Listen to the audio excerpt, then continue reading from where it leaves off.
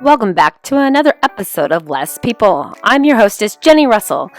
So last episode, we talked about Fear the Hillbillies and what that means from the Urbanoia perspective and the Rural Remix podcast called The Rural Horror Picture Show. This time, we're going to delve further into Rural Horror Picture Show from Rural Remix, and we're going to talk about the origins of the word hillbilly and why those origins and those meanings for hillbilly started to take place and started to have the meaning that we know today. Yeah, well, today, as I sort of hinted at last week, and as the name of the episode might imply, is the Killer Hillbillies, or the Killbillies episode. So yeah, we'll just introduce the movies that we're going to talk about primarily really fast. All three of them are sort of classic Urbanoia movies. They're all from the 70s, and those are Deliverance, Texas Chainsaw Massacre, and The Hills Have Eyes. Definitely. But before we do, I kind of want to have a quick conversation about the term hillbilly, which we've already used a couple of times and which is going to be sort of used throughout. I think it's super important to note that the term hillbilly is in a lot of ways a slur, but also there's some effort to reclaim it. In this episode, we're really only going to ever use it to describe characters and stereotypes that are in the movies. We'd never apply this term to actual people, but sort of the movie term for these characters, they are caricatures of this sort of iconic figure, and that figure is the hillbilly, as, you know, in other movies it's the monster and things like that. So that's what we're going to use. And so that being said, I do want to talk a little bit about sort of the history of that term and the meaning of the term. There's a really great documentary that came out in 2018 that's called Hillbilly, and it sort of traces the evolution of the hillbilly stereotype in American culture, and also I think makes this really interesting link to the corporate exploitation of Appalachia's natural resources, which is something that we're going to talk about more later. So the stereotype historically has often been played for comedy, right? Like you'll see lots of SNL skits using it, you know, back in the day, South Park, right? Like there's a hillbilly character in The Simpsons. So there's always a comedic element to it, but it can also be scary, as we've seen in the movies that we've watched. So here's a bite of the documentary. In the immediate aftermath of the Civil War, the local color writing presented Appalachia as a sort of quirky and quaint people. But as industrialists become interested in the region for minerals, for lumber, for later coal, the people that were living there could also be seen as a kind of potential threat, or at least interference with their economic plans. And so a new conception emerges of them as a dangerous and threatening people who might threaten civilization itself. So that was Anthony Harkins, who is a history professor at Western Kentucky University, and he has written the cultural history of the figure of the hillbilly. There are 2 points that I want to make before we get back to the movies about the term hillbilly. The first is that even though it sort of originates talking about Appalachian people, it's not geographically specific. It's a term that's used much more broadly than that, and sort of indicates anyone who's living on the rugged end of society. And you can sort of see that even though these 3 movies take place in northern Georgia, Texas, and the Nevada desert, all 3 of the sort of villainous groups are clearly identified as sort of within that hillbilly trope. And then the other thing that I think is really interesting to talk about is that it's sort of ambiguous, and this is something that Anthony Harkins, who's that same professor we just heard from, talks about in his book. And he points out that there are certain qualities that define the stereotype of a hillbilly, and that those qualities can be read positively as well as negative. So a few examples is that a pioneering spirit is something that we think of as being positive, but that can also be read negatively as social and economic backwardness. Similarly, strong family networks and values is something that is positive. We like that. But if you take the negative twist of that, it can be interpreted as incest, domestic violence, bloody family feuds, right? Which are all things negatively associated with the hillbilly character. And sort of a third one, just to drive the point home, is that living close to the land is something that, you know, we like. There's something nice about that for a lot of people, something that people think that there is missing in the city. And there's a common sense wisdom that's necessary for that. But on the negative sides, living close to the land can be thought of as savagery, and common sense wisdom can instead be considered ignorance.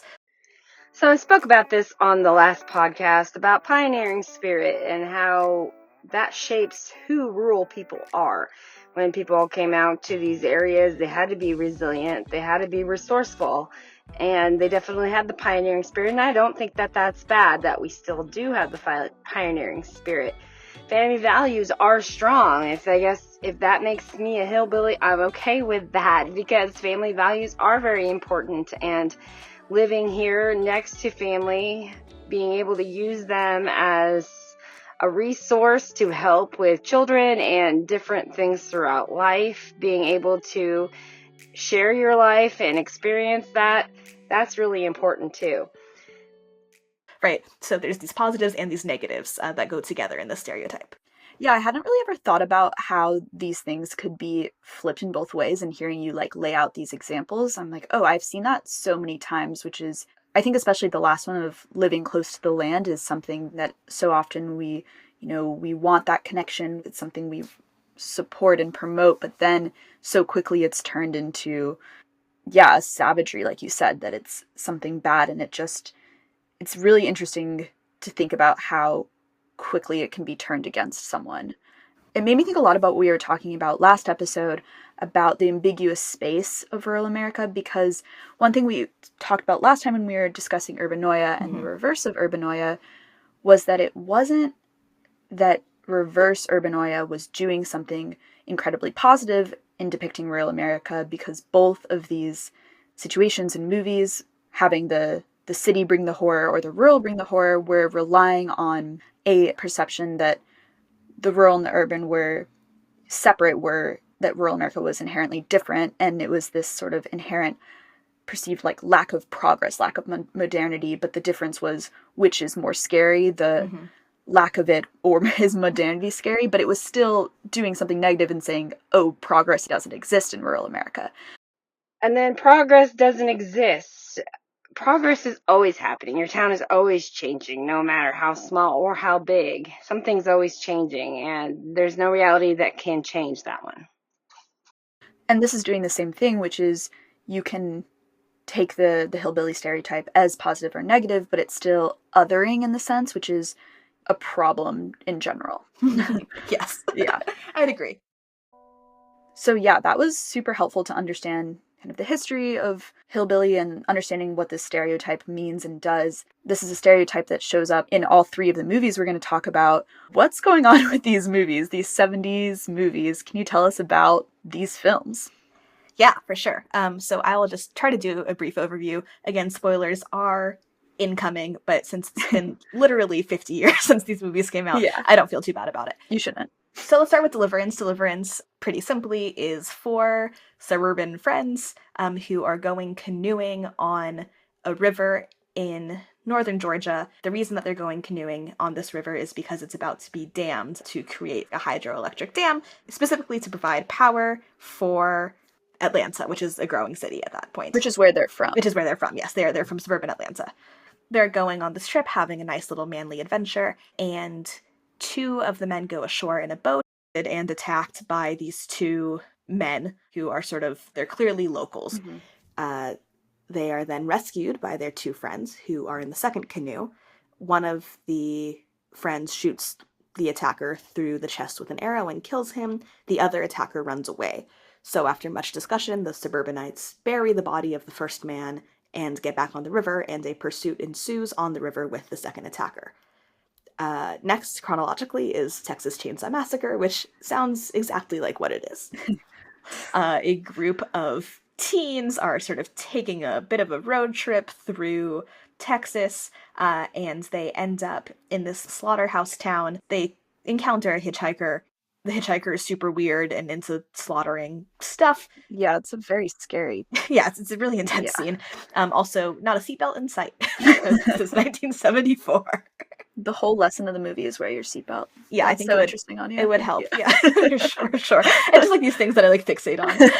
And so they end up exploring this area, and one by one end up trespassing, basically, and enter into this other house, which is where the villainous family lives. They're a family of displaced meat workers who have now turned to killing and eating humans, and they encounter Leatherface, who is An iconic horror villain. He is an iconic horror villain. He's got a little skin mask, and he wears an apron, and he's essentially a butcher, and he proceeds to kill and butcher them one by one.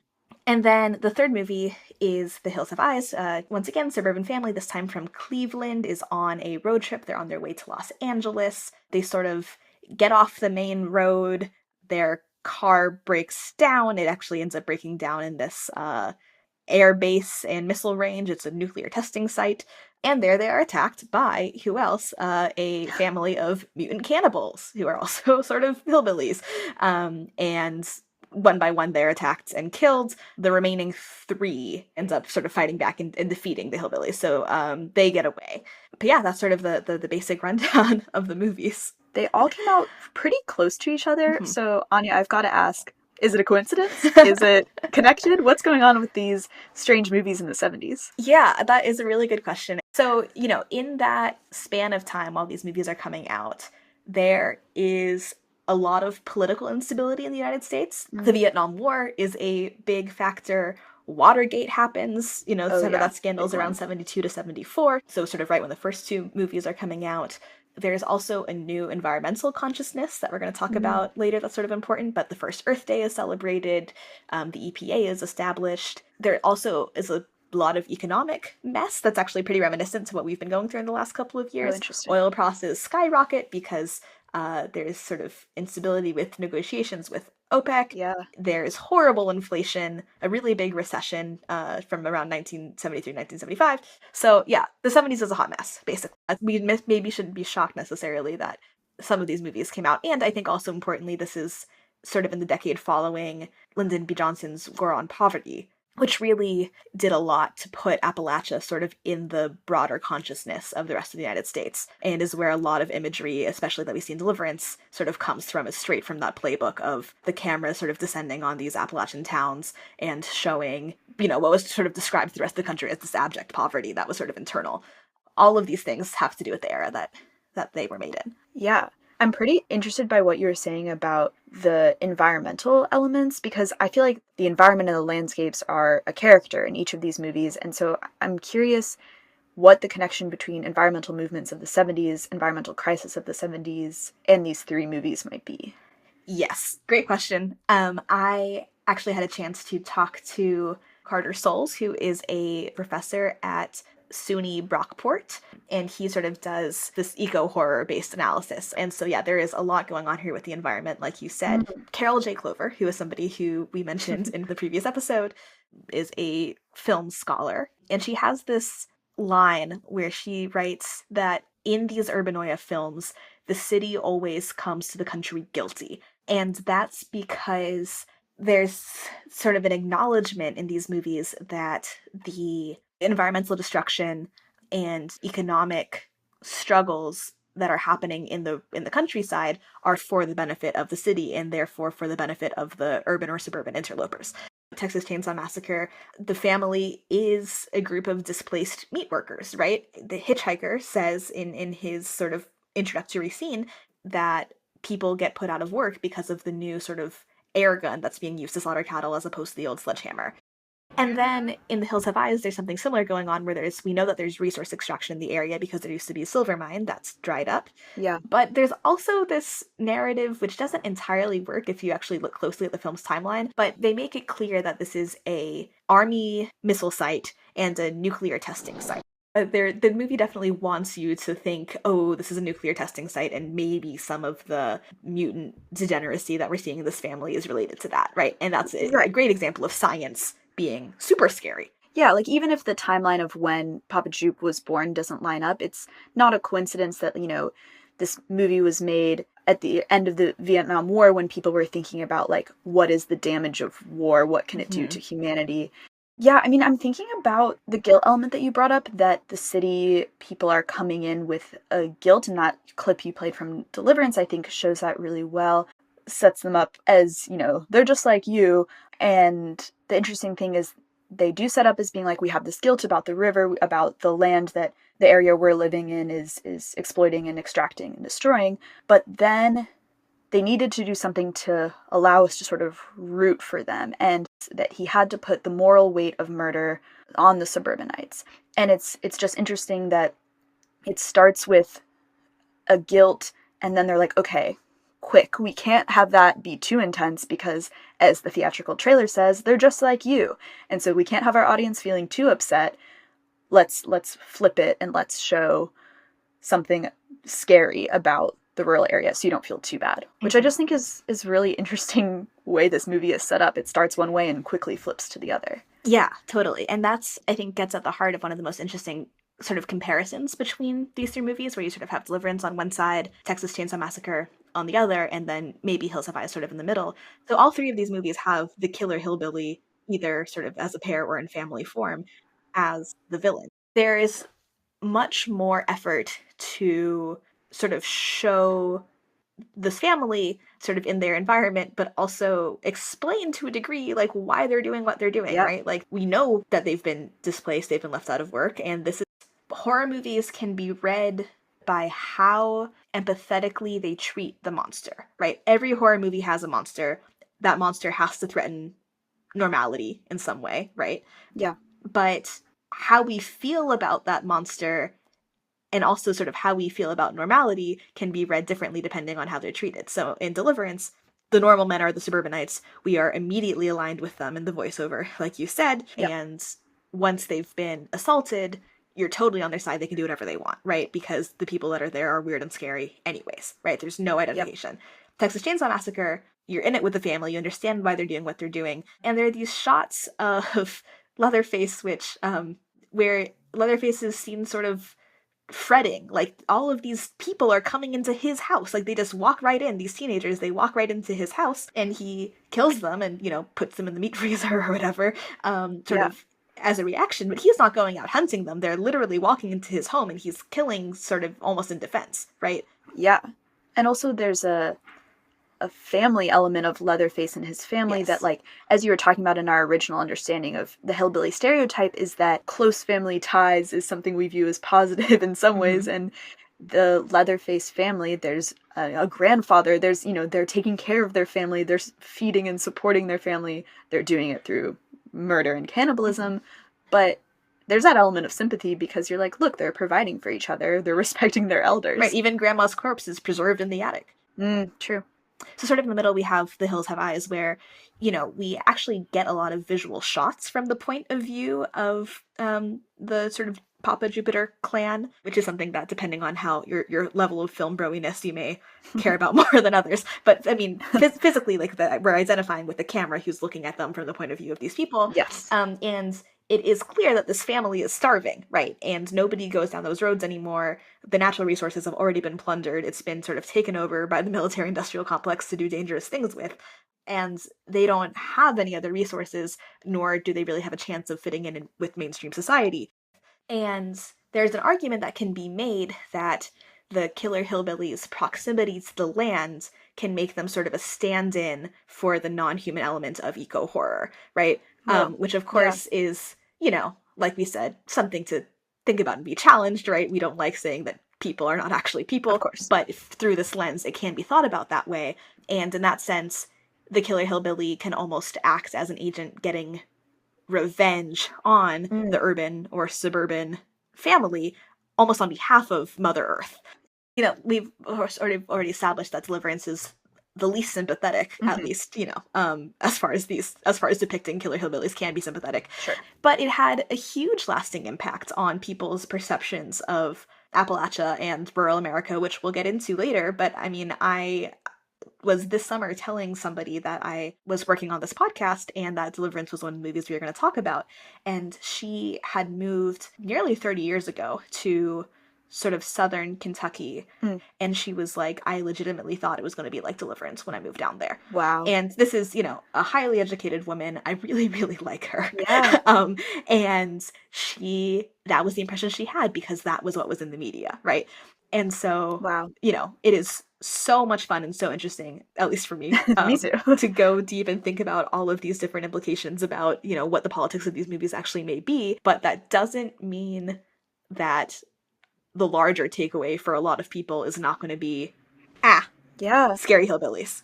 That's a great point. And I really appreciate you leading us through this kind of conversation because it is so fascinating. And I think putting movies in the context of the time that they're in and really thinking about why was this made, what does it mean, is awesome. But it is important to understand that you have to look at a movie without all the context and without the layer of intellectualizing and think about what is just the stereotype on screen or what's just the image. Even if you've never seen the movie, especially a movie like Texas Chainsaw Massacre, it's in the popular opinion as just sort of a thing you reference without even seeing it.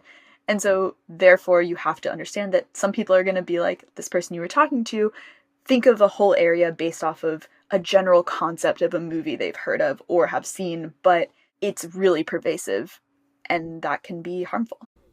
I hope that you've enjoyed this episode of Less People and the origins of the word hillbilly and how we got to calling people that over the years and what that means for us today. I'm your hostess, Jenny Russell, and we will see you on the next episode of Less People.